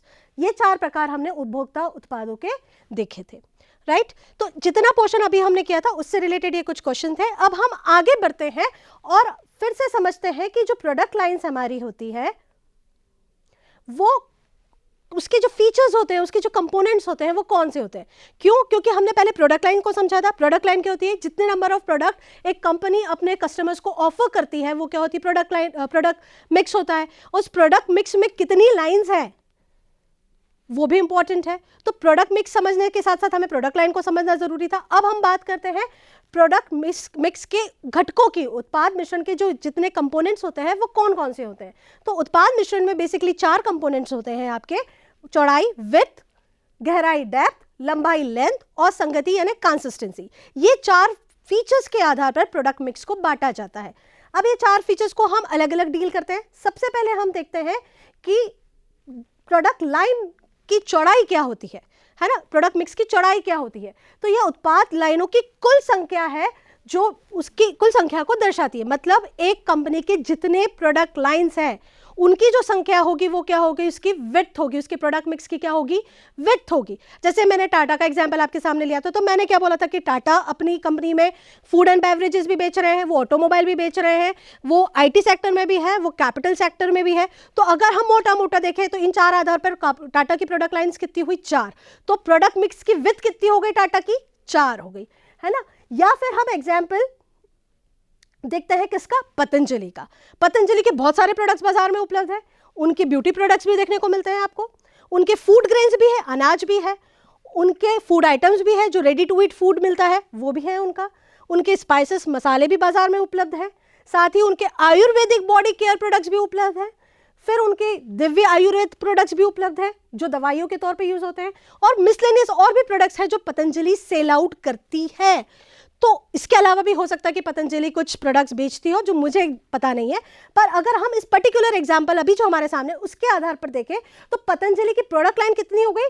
1 2 3 4 5 6 और 7। टोटल कितने प्रोडक्ट लाइन है पतंजलि की? 7। मतलब उसकी विड्थ क्या हो गई? 7 हो गई। प्रोडक्ट मिक्स की विड्थ कितनी हो गई पतंजलि की? 7। तो यह उत्पाद लाइनों की कुल संख्या को दर्शाती है। मतलब विड्थ क्या हो गया? जितनी प्रोडक्ट लाइन्स कंपनी की होगी वही उसकी प्रोडक्ट मिक्स की क्या होगी? चौड़ाई होगी, विड्थ होगी। आगे बढ़ते हैं, हम बात करते हैं लेंथ क्या होती है। लेंथ मतलब जितने नंबर ऑफ प्रोडक्ट्स कंपनी बेच रही है ना, वो सबका जब हम टोटल निकाल देंगे तो वो क्या हो जाएगी? उसकी प्रोडक्ट मिक्स की लेंथ हो जाएगी, राइट? जैसे कि डाबर फॉर एग्जाम्पल, हो सकता है डाबर इसके अलावा भी प्रोडक्ट्स बेचता हो। यहाँ हमने कुछ प्रोडक्ट्स लिए हैं, जैसे कि हेल्थ केयर में डाबर कितने प्रोडक्ट्स दे रहा है? 3। ओरल केयर में डाबर के कितने प्रोडक्ट्स हैं? 2। हेयर केयर में डाबर के कितने प्रोडक्ट्स हैं? अगेन 3। फूड एंड बेवरेजेस में कितने हैं? 2। स्किन केयर में कितने हैं? 2। तो टोटल कितने प्रोडक्ट्स डाबर बेच रहा है? 3 + 2 5 + 3 8 + 2 10 + 2 12। तो जो यहाँ पर हम लेंथ की बात कर रहे हैं कि लेंथ क्या होगी प्रोडक्ट मिक्स की? जितने नंबर ऑफ प्रोडक्ट्स कंपनी बेच रही है, तो डाबर कितने प्रोडक्ट बेच रही है? अभी के हमारे एग्जांपल में 12 प्रोडक्ट्स। तो प्रोडक्ट मिक्स की जो लेंथ हो गई वो कितनी हो जाएगी? 12 हो जाएगी, राइट? अब बात करते हैं हम डेप्थ की, गहराई की। प्रोडक्ट मिक्स की गहराई क्या होती है ना? तो प्रोडक्ट मिक्स की गहराई मतलब प्रत्येक उत्पाद लाइन में जितने भी उत्पाद प्रस्तुत किए जा रहे हैं उनमें कितना डाइवर्सिफिकेशन है है ना, जितनी भी उत्पाद लाइन में जो अलग अलग प्रोडक्ट्स कंपनी दे रही है उसमें कितना डाइवर्सिफिकेशन है। आप अमूल का बटर लेने जाते हैं, अमूल का बटर 1 किलो के पैक में भी है, आधा किलो के पैक में भी है, 100 ग्राम के पैक में भी है, और छोटे छोटे क्यूब्स भी शायद उपलब्ध है बाजार में। तो ये या फिर हम बात करें कि अमूल का बटर पीनट बटर भी है और नॉर्मल बटर भी है, और भी दूसरे तरह के बटर्स उसके आते होंगे। तो बटर की श्रेणी में ये क्या हो गया, उसका डाइवर्सिफिकेशन हो गया। तो यही क्या होगी, उसकी डेप्थ होगी, गहराई होगी। मतलब प्रोडक्ट लाइन में जो उत्पाद है उनमें आपस में ही कितना, उनमें उस पर्टिकुलर प्रोडक्ट में ही कितना डाइवर्सिफिकेशन है, वो क्या होती है, प्रोडक्ट मिक्स की डेप्थ होती है। यहाँ पर आप एक कोलगेट का एग्जांपल देखिए। कोलगेट बहुत सारे ओरल केयर प्रोडक्ट्स बनाता है, राइट। अब उसमें भी हम किस पे बात कर रहे हैं, टूथपेस्ट। अब आप टूथपेस्ट में भी देखिए कि कोलगेट कितने तरह के टूथपेस्ट बाजार में बेच रहा है। एक्टिव सॉल्ट अलग है, मैक्स फ्रेश अलग है, टोटल अलग है, सेंसिटिव अलग है, और विजिबल वाइट अलग है। तो एक प्रोडक्ट हो गया उनका ओरल केयर का टूथपेस्ट, उसमें कितनी श्रेणी है आपको दिख रही है, 5। फिर उसमें भी अलग अलग आपको डाइवर्सिफिकेशन देखने को मिल रहा है। तो ये क्या हो गई, प्रोडक्ट मिक्स की डेप्थ हो गई, राइट। आगे बढ़ते हैं, प्रोडक्ट मिक्स की कंसिस्टेंसी क्या होती है ना। कंसिस्टेंसी मीन्स संगति। यहां पर हम ये बात करेंगे कि जितने भी प्रोडक्ट्स कंपनी बेच रही है ना, वो प्रोडक्शन के आधार पर, वो डिस्ट्रीब्यूशन लेवल पे, या फिर वो उपभोक्ता श्रेणी के आधार पर कितने कंसिस्टेंट है, कितने आपस में रिलेटेड है। जैसे कि मैंने आईफोन का एग्जाम्पल, एप्पल कंपनी का एग्जाम्पल दिया था आपको कि उसके जितने भी प्रोडक्ट्स एप्पल कंपनी बेचती है वो कहीं ना कहीं एप्पल की टेक्नोलॉजी और इनोवेशन को शेयर करते हैं, राइट। तो एप्पल के प्रोडक्ट्स क्या हो गए, टेक्नोलॉजिकली कंसिस्टेंट हो गए। या फिर हम बात करें पतंजलि के उत्पादों की, है ना, हमने अभी देखा था पतंजलि का एग्जाम्पल। तो पतंजलि के जो उत्पाद है वो ज़्यादातर कितने हैं, कैसे हैं, आयुर्वेदिक है या प्राकृतिक स्वास्थ्य से जुड़े हुए हैं, राइट। तो ये जो प्रोडक्ट्स हैं वो कहीं ना कहीं एक हेल्दी सोसाइटी क्रिएट करने के लिए योगा, आयुर्वेदिक, नेचुरल प्रोडक्ट्स, मतलब पतंजलि के जितने भी प्रोडक्ट्स हैं वो कहीं ना कहीं इन्हीं चीज़ों पर फोकस करते हैं, योग, आयुर्वेद और नेचुरल प्रोडक्ट्स, राइट। तो पतंजलि के जो प्रोडक्ट्स हो गए वो भी क्या हो गए, इस तरह से क्या हो गए, आपस में कंसिस्टेंट हो गए। तो टोटल कितने कॉन्सेप्ट हो गए प्रोडक्ट मिक्स के, 4 हो गए। हमने देखा चौड़ाई क्या होती है, चौड़ाई मतलब जितनी प्रोडक्ट लाइंस कंपनी की होगी वो प्रोडक्ट मिक्स की क्या होगी, चौड़ाई होगी। हमने देखा लेंथ कितनी होती है, तो जितने नंबर ऑफ प्रोडक्ट्स कंपनी बेच रही है ना, वो क्या हो जाएंगे, उसके लेंथ हो जाएगी। फिर हमने देखा डेप्थ, गहराई, तो एक पर्टिकुलर प्रोडक्ट लाइन का जो उत्पाद है उसमें कितने वेरिएशंस उपलब्ध है, वो क्या हो जाएगी, प्रोडक्ट मिक्स की गहराई। और ये प्रोडक्ट्स आपस में कितने रिलेटेड हैं, वो क्या हो जाएगी, उनकी कंसिस्टेंसी, संगति। आगे हम बढ़ते हैं कि उत्पाद मिश्रण क्यों जरूरी है, कंपनी को एक प्रोडक्ट मिक्स बनाना जरूरी क्यों है, क्यों जरूरी है प्रोडक्ट मिक्स बनाना, ग्राहकों की आवश्यकताओं की पूर्ति। आप सपोज कीजिए बहुत साल पहले जब शैम्पूज नए नए, जब मल्टीनेशनल कंपनीज 1991 में आई थी भारत में, और 5-6 सालों तक जब वो कंपनीज नई नई थी, तो वो जो शैम्पूज थे वो बड़ी बड़ी बॉटल्स में मिलते थे। उसके पहले तक भारतीय घरों में शिकाकाई वगैरह यूज होता था, पर वो जब आई तो वो कैसे शैम्पूज लेके आई, 300 रुपए की बॉटल, 200 रुपए की बॉटल। और एक आम भारतीय कंज्यूमर जो शिकाकाई यूज करता था उसके लिए वो प्रोडक्ट क्या था, आउट ऑफ अप्रोच था, राइट। तो कंपनी ने इस चीज को समझा, अलग अलग नीड्स को समझा, और उन्होंने अपने प्रोडक्ट्स को कैसे दिया, 1 रुपए का शैम्पू का पाउच, 2 रुपए का शैम्पू का पाउच। अब वो शैम्पू भले ही बड़ी बड़ी कंपनी का हो, ट्रेसेमीज का हो, लैक्मे का हो, या फिर हम कहें डव का हो, वो हर उपभोक्ता के लिए अप्रोचेबल है, हर उपभोक्ता उसे खरीद पा रहा है। तो कंपनी ने इस नीड को समझा और ग्राहकों की आवश्यकताओं के अनुसार अपने प्रोडक्ट को ढाला। तो ग्राहकों की आवश्यकताओं की पूर्ति करके उन्होंने अपनी क्या बढ़ा ली, सेल्स बढ़ा ली।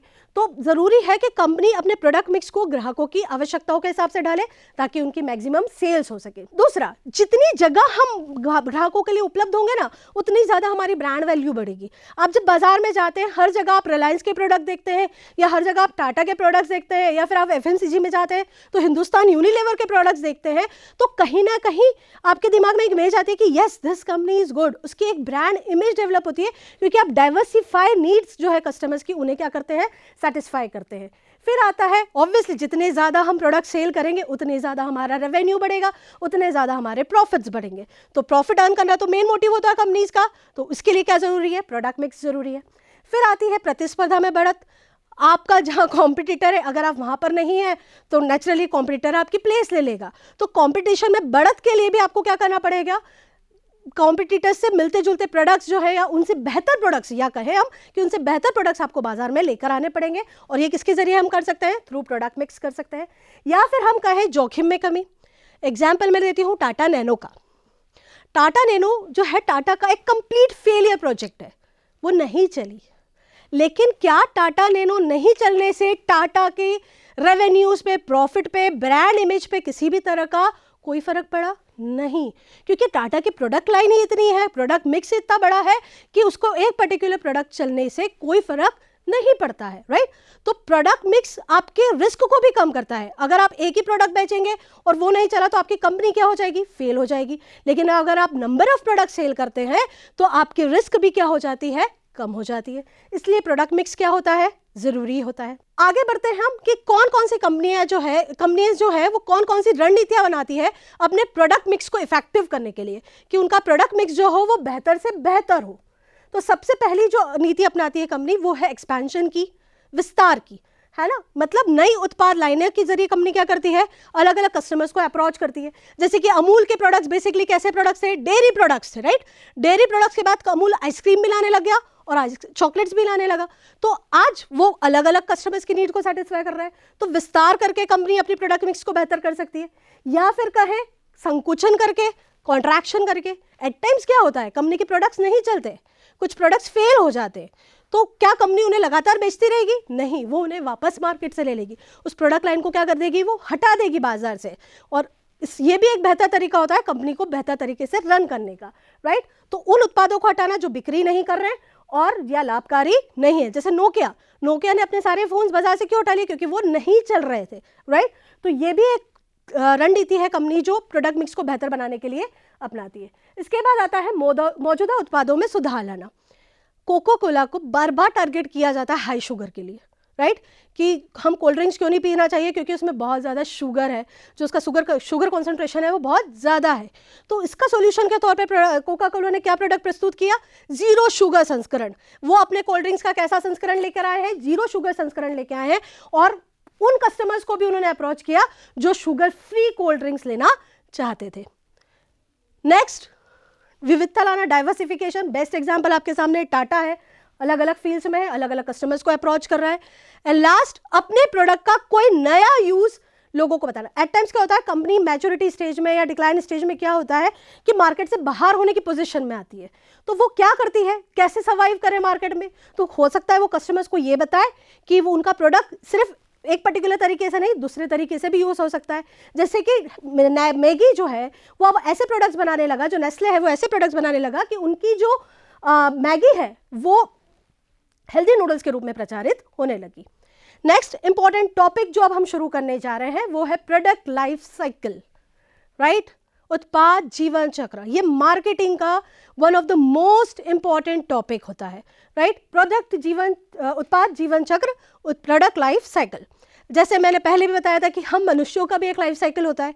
हम जन्म लेते हैं, हम टीन एज में जाते हैं, फिर हम एडल्ट होते हैं, फिर हम ओल्ड एज में जाते हैं और लास्ट में हमारी क्या हो जाती है, मृत्यु हो जाती है। तो वैसे ही प्रोडक्ट का भी क्या होता है, एक लिमिटेड लाइफ साइकिल होता है, एक सीमित जीवन चक्र होता है।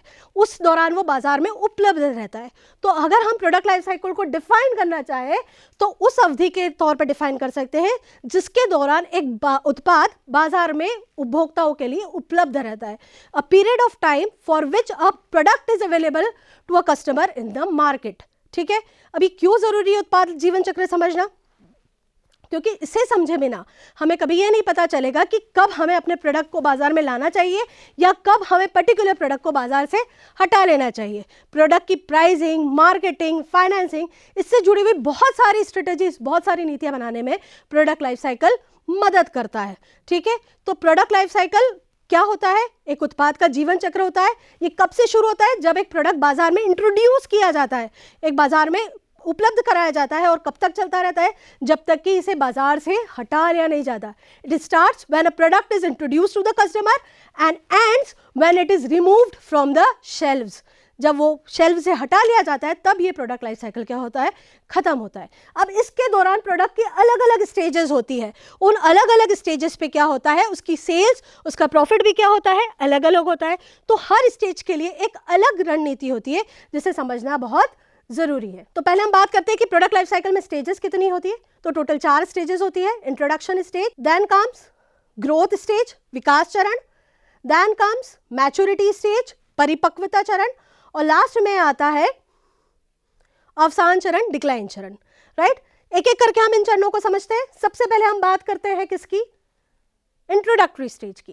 राइट, इंट्रोडक्टरी स्टेज मतलब जब प्रोडक्ट को हम बाजार में क्या कर रहे हैं, इंट्रोड्यूस कर रहे हैं, ऑब्वियसली तब आपको क्या करना पड़ेगा, ज़्यादा प्रचार प्रसार करना पड़ेगा। क्यों करना पड़ेगा? क्या आपके प्रोडक्ट के बारे में लोगों को पहले से पता था? चलिए, आप एक जानी पहचानी कंपनी है और आप एक प्रोडक्ट लेके आई हैं, तो भी लोग जानते होंगे कि हाँ उस कंपनी का ये प्रोडक्ट आया है, पर उस प्रोडक्ट के पर्टिकुलर यूजर्स क्या है, वो किस तरह से बेनिफिट प्रोवाइड करता है कस्टमर्स को, ये सब बताने के लिए तो हमें क्या करना पड़ेगा, ज़्यादा से ज़्यादा एडवर्टाइजमेंट पे खर्च करना पड़ेगा। साथ ही साथ इस चरण में क्या होगा, बिक्री धीमी होगी, क्योंकि हमारे प्रोडक्ट के बारे में बहुत ज़्यादा लोगों को नहीं पता है। और जब बिक्री धीमी होगी तो मुनाफा भी क्या होगा, हमारा कम या शून्य होगा। देखिए यहाँ पर आपको रेवेन्यू भी 0 पे दिख रही है और यहाँ पर आपको प्रॉफिट भी कहाँ दिख रहा है, लगभग कम या शून्य पे दिख रहा है। आप इसमें एग्जांपल ले सकते हैं इलेक्ट्रिक कारों का, है ना, या ऑटोमेटिक कारें जो होती है। ये दोनों जो चीज़ें हैं, ये जो दोनों प्रोडक्ट्स हैं, अभी अपने किस में है, इंट्रोडक्टरी स्टेज में। लोगों को इसके बारे में ज़्यादा नहीं पता। तो कंपनी जैसे कि फोर्ड है, जैसे कि टाटा है, ये क्या कर रही है, टेस्ला है, ये लोगों को इनके बारे में जागरूक कर रही है। किसके जरिए जागरूक कर रही है, ज़्यादा से ज़्यादा विज्ञापन करके जागरूक कर रही है ना। तो हमें इस स्टेज पे अपने प्रोडक्ट के बारे में लोगों को बताना पड़ता है, इसलिए ज़्यादा विज्ञापन करना पड़ते हैं। और कभी कभी जब हम ऐसी कंपनी है जो बिल्कुल ही नहीं है मार्केट में, तो हमें कम कीमत पर भी या ऑफर के साथ भी अपने प्रोडक्ट्स को मार्केट में इंट्रोड्यूस करना पड़ता है। आगे बढ़ते हैं। नेक्स्ट जो चरण है उत्पाद जीवन चक्र का, वो है विकास चरण। ऑब्वियसली इस चरण पे आते आते क्या होता है, आपको ब्रेक इवन स्टेज पे आ जाते हो। ब्रेक इवन स्टेज क्या होती है, नो प्रॉफिट नो लॉस की स्टेज। मतलब ऐसी स्टेज जहां आप पिछले चरण में अगर कम प्रॉफिट पे थे या 0 प्रॉफिट पे थे, तो यहाँ पर आप कॉस्ट आपकी ऐसी हो जाती है कि वो रेवेन्यू और कॉस्ट आपकी क्या हो जाता है, बराबर हो जाती है। आपकी जो लागत रहती है वो आपके रेवेन्यूज के क्या हो जाती है, बराबर होती है। आपको लाभ नहीं हो रहा है तो यहाँ पर हानि भी नहीं हो रही होती है। इस चरण में क्या होता है, उत्पाद को बाजार में स्वीकृति मिल जाती है। जो हमारा प्रोडक्ट है वो बाजार में लोगों द्वारा एक्सेप्ट होने लगता है। ऑब्वियसली जब लोग एक्सेप्ट करेंगे तो उस प्रोडक्ट को खरीदेंगे, तो बिक्री बढ़ेगी, बिक्री बढ़ेगी तो क्या बढ़ेगा, हमारा मुनाफा बढ़ेगा। अब जैसे ही मुनाफा बढ़ने लगता है, बाजार में लोगों को लगता है कि यस ये तो एक अच्छा प्रोडक्ट है, तो उसकी कॉपीज आने लगती है, उसके कॉम्पिटिटर्स बाजार में आने लगते हैं, तो प्रतिस्पर्धा बढ़ती है। एग्जाम्पल स्मार्टफोन, इसका जो बाजार है आज की तारीख में, ये किस स्टेज में है, विकास चरण में, ग्रोथ स्टेज में। बहुत सारे स्मार्टफोन्स आपको बाजार में देखने को मिलते हैं। तो एक कॉम्पिटिटिव मार्केट है। इसमें कंपनीज को क्या रणनीति अपनानी रहती है, क्या स्ट्रेटेजीज अपनानी रहती है कि ज़्यादा से ज़्यादा लोगों तक वो अप्रोच करे। तो उसके लिए उनको क्या करना पड़ेगा, अपनी डिस्ट्रीब्यूशन चैनल को फैलाना पड़ेगा। इसके लिए फिर से उन्हें उच्च प्रचार करना पड़ेगा, क्योंकि अब ये बताना है कि हम अपने कॉम्पिटिटर से कैसे अलग हैं। साथ ही साथ ब्रांडिंग और स्पेशलिटी पे उनको फोकस करना होगा। थर्ड स्टेज आती है प्रोडक्ट की, वो है मैच्योरिटी स्टेज। मैच्योरिटी स्टेज जो होती है वो किसी भी प्रोडक्ट के लाइफ में सबसे बड़ी स्टेज होती है। आप यहाँ देख सकते हैं कि यहाँ पर प्रोडक्ट थोड़ा लंबे समय पर रहता है, और यही वो स्टेज होती है जो ये तय करती है कि एक प्रोडक्ट जो है वो बाजार में टिकेगा या वो डिक्लाइन स्टेज से होता हुआ एग्जिट कर जाएगा, मतलब वो बाजार से बाहर हो जाएगा। राइट, इसमें क्या होता है, सबसे लंबा चरण होता है। आपका बाजार एक मैच्योर बाजार हो चुका होता है, स्थिर हो जाता है। बिक्री में जो है आपको एक थोड़े टाइम तक एक अपवर्ड ट्रेंड दिखता है, फिर वो कुछ समय कांस्टेंट होती है, और उसके बाद धीरे धीरे वो क्या होने लगती है, कम होने लगती है। प्रतिस्पर्धा के कारण कीमतें कम होने लगी। अब ऑब्वियसली आपको मार्केट में सर्वाइव करना है, तो आप बहुत ज़्यादा कीमतें रखते के तो सर्वाइव नहीं कर सकते। तो आपको क्या करना पड़ेगा, अपने प्रतिस्पर्धियों के अनुरूप आपकी कीमतों को क्या करना पड़ेगा, कम करना पड़ेगा। एग्जाम्पल आप एलईडी टीवी देख सकते हैं, आपके पीसीज देख सकते हैं, लैपटॉप्स देख सकते हैं, जो आज किस स्टेज में आ चुके हैं, मैच्योरिटी स्टेज में आ चुके हैं। हो सकता है कि थोड़े टाइम बाद लैपटॉप्स की भी जरूरत नहीं लगे, लोग टैब्स यूज़ करने लगे। अभी तो थोड़ा बहुत लैपटॉप फिर भी यूज़ हो रहा है, थोड़े टाइम बाद टैब उसको पूरी तरह से रिप्लेस कर सकता है। इसमें जरूरी क्या है कंपनी के लिए, ब्रांड के प्रति लोगों को लॉयल बनाए रखना। अगर आप हो सकता है कि अगर अपने उत्पाद के ज़्यादा वेरिएंट्स उनके दे सकें तो वो दीजिए, ऑफर्स दीजिए, अपने प्रोडक्ट की क्वालिटी को आप इंक्रीज कीजिए, एनहांस कीजिए, और अपने प्रोडक्ट के लिए नए कस्टमर्स को खोजिए, सो दैट आपका प्रोडक्ट मार्केट में थोड़ा और सर्वाइव कर सके। लास्ट स्टेज जो आती है वो आती है डिक्लाइन स्टेज। अगर हमारा प्रोडक्ट मैच्योरिटी स्टेज में टिक नहीं पा रहा है, वहाँ हम ये देख लेते हैं कि अब प्रोडक्ट में कुछ नहीं बता है, तो वो किस स्टेज की तरफ चल जाता है, डिक्लाइन स्टेज की तरफ जाता है। यहाँ पर क्या होता है कि ऐसी टेक्नोलॉजी नहीं आ रही है या फिर बदलती लोगों की प्राथमिकता है, उनकी प्रेफरेंसेस है, जिसके कारण आपका प्रोडक्ट जो है वो अप्रासंगिक हो चुका है, उनके लिए यूज़ का ही नहीं है, वो ऑब्सोलीट हो चुका है। और निर्माता क्या करते हैं, बाजार से अपने उत्पाद को वापस ले लेते हैं। उत्पाद की मांग भी ऑब्वियसली कम हो जाएगी, मांग कम होगी तो मुनाफा क्या होगा, कम हो जाएगा। ठीक है, यहाँ पर सबसे ज़्यादा जो स्पर्धा चलती है कॉम्पिटिटर्स में वो कीमत की चलती है। जो जितनी कम प्राइस देगा वो फिर भी थोड़ा बहुत और मार्केट में सर्वाइव कर जाएगा। ठीक है, लेकिन कंपनीज यहाँ पर विज्ञापन और सेलिंग पर जो खर्च है वो कम से कम करती है, क्योंकि उन्हें भी पता है कि अब ये जो है हमारी लागत बढ़ चुकी है और हमारा मुनाफा कम हो रहा है, तो वो इस स्टेज में अवॉइड करते हैं कि किसी भी तरह का विज्ञापन पे खर्च करें। एग्जाम्पल है सीडी डीवीडी। कौन यूज़ करता है आजकल सीडी डीवीडी? आपने सुना है, आपको यूज़ करता है? ये पूरी तरह से प्रोडक्ट क्या हो चुके हैं, बाजार से बाहर हो चुके हैं। अगर फिर भी आपको बाजार में सर्वाइव करना है तो आपको लागत को और कम करना पड़ेगा, आपको उत्पाद को वापस ले लेना चाहिए, या फिर उसके कोई नए यूज़ कस्टमर्स को बता देना चाहिए कि अब ये प्रोडक्ट इस तरह से भी यूज़ हो सकता है, या फिर हम उत्पाद को और बेहतर बनाकर मार्केट में सर्वाइव कर सकते हैं। तो उत्पाद जीवन चक्र जो है उसको अगर हम शॉर्ट में इस तालिका के माध्यम से समझे तो क्या है, सबसे पहली स्टेज, अगर हम पहली चीज हम देखें बिक्री, तो इंट्रोडक्टरी स्टेज में आपको बिक्री क्या दिखती है, कम दिखती है। धीरे धीरे विकास चरण में वो बढ़ती है, परिपक्वता चरण में भी वो बढ़ती है, लेकिन अवसाद चरण में क्या होने लगती है, वो कम होने लगती है। कॉस्ट ऑफ प्रोडक्शन हम देखें, निवेश की लागत देखें तो कितना है, बहुत ज़्यादा निवेश करना पड़ता है। यहाँ पर निवेश है ज़्यादा लेकिन परिचय स्टेज से थोड़ा कम है। परिपक्वता स्टेज में निवेश और कम हो जाता है क्योंकि प्रोडक्ट हमारा अच्छा सेल कर रहा होता है, और अवसाद चरण में तो हम खुद ही उसको नहीं करते हैं क्योंकि हमें पता है कि वो अब हमारे लॉसेस में कन्वर्ट होने वाला है। प्रतिस्पर्धा अगर हम देखें, कॉम्पिटिटिवनेस, तो कितनी कॉम्पिटिशन रहती है बाजार में, परिचय चरण में कम रहती है क्योंकि लोगों को अभी प्रोडक्ट के बारे में नहीं पता है। यहाँ आते आते लोग जागरूक हो जाते हैं उस पर्टिकुलर प्रोडक्ट के बारे में कि ऐसा एक अच्छा प्रोडक्ट है, तो वो उस तरह के प्रोडक्ट्स बनाने लगते हैं, तो प्रतिस्पर्धा ज़्यादा होती है। परिपक्वता चरण में और ज़्यादा प्रतिस्पर्धा होती है, लेकिन अवसान चरण में क्या हो जाती है, ये कम हो जाती है। विज्ञापन भी सेम है, स्टार्टिंग में बहुत ज़्यादा करेंगे आप, विकास चरण में थोड़ा कम, परिपक्वता में तो और थोड़ा, लेकिन अवसान में हम विज्ञापन पर बिल्कुल भी खर्च नहीं करते। लाभ विकास और परिपक्वता चरण में हमें ज़्यादा होगा, लेकिन परिचय चरण और अवसान चरण में क्या होगा, कम होगा। तो इस तरह से हमने प्रोडक्ट लाइफ साइकिल को देखा। ये 4 होते हैं। सबसे पहले वाला introductory stage, then growth, maturity और डिक्लाइन स्टेज। इन स्टेजेस को समझना इसलिए ज़रूरी है क्योंकि ये एक उत्पादक को ये बताते हैं कि एक पर्टिकुलर प्रोडक्ट को कब बाजार में लाना है या एक पर्टिकुलर प्रोडक्ट को बाजार से कब हटाना है। उसकी प्राइसिंग की स्ट्रेटेजीज, उसकी मार्केटिंग की स्ट्रेटेजीज, उसकी फाइनेंस की स्ट्रेटेजीज, सभी रणनीतियां बनाने में प्रोडक्ट लाइफ साइकिल बहुत ज़्यादा मदद करता है। आगे बढ़ते हैं। इस वीडियो व्याख्यान का लास्ट टॉपिक है reasons for the failure of new product. एक प्रोडक्ट जब बाजार में आता है तो वो फेल क्यों हो जाता है ना? तो फेल होने का जो सबसे पहला कारण है वो खराब मांग प्रबंधन। हमने अभी टाटा नैनो का एग्जांपल देखा था। हमने बोला था कि टाटा नैनो जो है एक कंप्लीट फेलियर प्रोजेक्ट है। क्यों कंप्लीट फेलियर प्रोजेक्ट हुआ ये? क्योंकि टाटा ने, उनका इंटेंशन तो अच्छा था कि लोगों तक सस्ती कार पहुंचानी है, पर उन्होंने इसको प्रोजेक्ट भी कैसे किया, सस्ती कार के तौर पे। लेकिन आज भी भारतीय बाजारों में कार जो है वो एक स्टेटस सिंबल है ना, और कोई भी अपने स्टेटस को एक सस्ती कार खरीदकर नीचा नहीं करना चाहता, तो किसी ने भी उस कार की तरफ ध्यान नहीं दिया। तो जो प्रोडक्ट है खराब मांग प्रदर्शन के कारण भी क्या हो जाता है, फेल हो जाता है।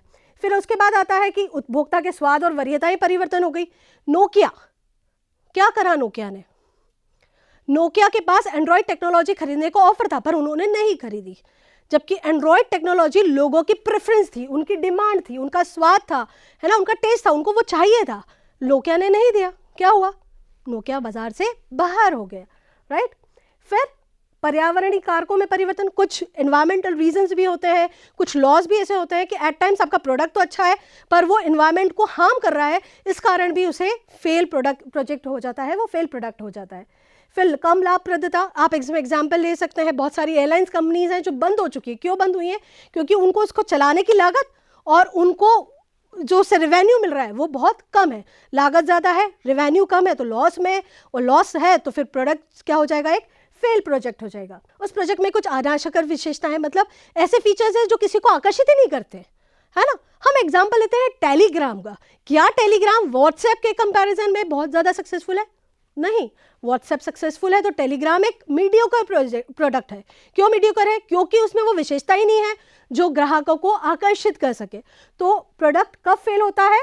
जब उसमें विशेषताएं जो है वो अनाकर्षक होती हैं, या फिर उसमें कुछ वितरण संबंधी समस्या है ना, हम डिस्ट्रीब्यूशन टाइम पे नहीं कर पा रहे, हम बाजार में अपने शैम्पूज को टाइम पर नहीं पहुंचा पा रहे।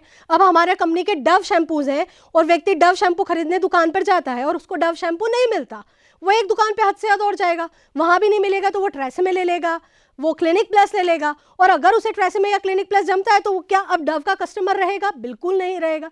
तो अगर हम इसी वितरण संबंधी समस्याओं का जूझते रहेंगे तो हमारा प्रोडक्ट क्या हो जाएगा? फेल हो जाएगा। सोनी के प्रोडक्ट्स भी फेल होने का मेन कारण उनकी वितरण समस्या है। सोनी के सर्विस सेंटर्स उपलब्ध नहीं है भारत में कहीं भी ठीक से, तो उनके प्रोडक्ट्स लोग इसलिए नहीं खरीदते क्योंकि अगर ये खराब होंगे तो उनकी सर्विसिंग कहाँ करवानी है। एंड लास्ट रीजन, खराब मूल्य निर्धारण रणनीतियाँ। भारतीय बाजारों में मूल्य जो है वो एक बहुत इंपॉर्टेंट फैक्टर है किसी भी प्रोडक्ट के सफल या असफल होने का।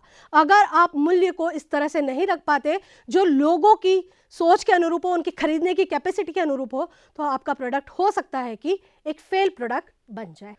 चलिए, तो अब यहाँ पर हमारे वीडियो लेक्चर के सारे कंटेंट्स खत्म होते हैं और अब हम कुछ प्रश्नों को देखेंगे कि हमने इस वीडियो लेक्चर के माध्यम से क्या सीखा है। इस दूसरे पार्ट में हमने क्या सीखा है।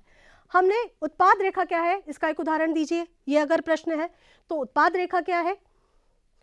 समान विशेषताएं वाले उत्पादों का समूह है। जो प्रोडक्ट हैं अगर वो एक जैसे फीचर्स को शेयर करते हैं तो वो उत्पाद रेखा के अंतर्गत आते हैं।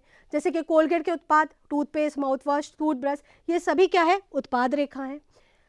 नेक्स्ट क्वेश्चन हम देखते हैं, उत्पाद जीवन चक्र के मुख्य चरण कौन से हैं? तो कितने मुख्य चरण हैं?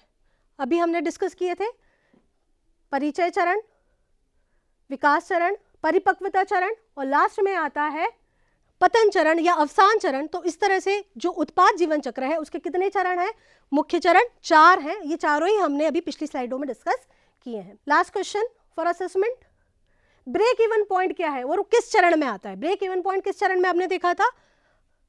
परिचय चरण में देखा था, विकास चरण में देखा था, परिपक्वता चरण में देखा था या पतन चरण में देखा था?